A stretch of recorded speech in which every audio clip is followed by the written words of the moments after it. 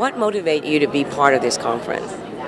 Well, it's funny because I've actually been invited to speak here a number of times, and I've always said, no, it's too far, I don't want to go. And then when I heard that it was Maria's last conference, and I went to high school with her cousin, and so I'd met her a couple times when I was a kid, and then I heard who the other speakers were, I thought, oh, I can't miss this. And it's been one of these days of like, oh my God. I mean, listening to those two Supreme Court justices is going to change my life. I mean, just the things they said are going to stick with me. What do you think was the most profound part of what they said? Well, I liked it when Justice Ginsburg said that you have to be a little bit deaf. And, what that meant, I mean, I'm a psychologist, and so I always read into what people say. But it was that she had a lot of criticism along the way, and she just stood her ground. And look how extraordinarily successful she's been. And, I'm in a field, I do mind-body medicine, and I feel like the mind can affect the body in infertility and cancer and all sorts of things, and most people don't agree with what I have to say.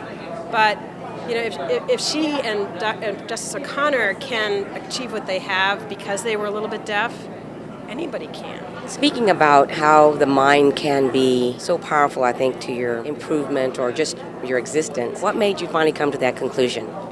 Well, I always wanted to be a pioneer in what I was going to do with my life, even as a little kid. And the very first thing I wanted to do was help kids who were having surgery be less afraid. And, who knows where these things come from. And so in order to do that, I had to get a degree in what's called health psychology. But by the time I got to grad school, I realized other people were doing it, which means I couldn't be a pioneer. So then I went to women's health, and I thought, you know what? No one is asking women how they feel about being sick. And so that's what I decided to do. What kind of ideas or research have you done with regard to the elderly and their state of mind? I actually personally have done research on elderly. My specialty is more women's reproductive issues, but I lost a mother to breast cancer, and I certainly saw that process, and I watched my father die. And, where I've been coming from is sort of the sandwich generation in terms of most of my friends are dealing with elderly sick parents and kids, younger kids who are demanding. I think that we at some level miss depression in the elderly, but then we over-medicate them. If an older person finally is diagnosed with being depressed, as opposed to finding out why, what's going on, what are they thinking, what are they feeling, it's like throw some medication at them. It's easier to put someone on medication than it is to ask them, what are your thoughts, what are you feeling, sort of what's going on up here. When it comes to research, what new areas are you interested in exploring?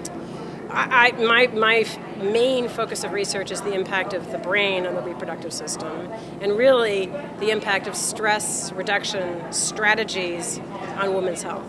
So if you teach women mind-body techniques like relaxation and stress management, are they more likely to get pregnant? Are they less likely to have a cancer recurrence? Do they have less PMS? That's my area of research. As far as relaxation is concerned, do you try all these things on yourself? Oh, I'm a believer in this. I am not going to ever teach anything to a patient until I've tried it, because otherwise I'd be a hypocrite. I mean, do I practice everything every day? No, but I always try things myself. Do you feel that elected officials, political leaders, or community leaders are becoming more reluctant to address the issue of immigration, and if so, why?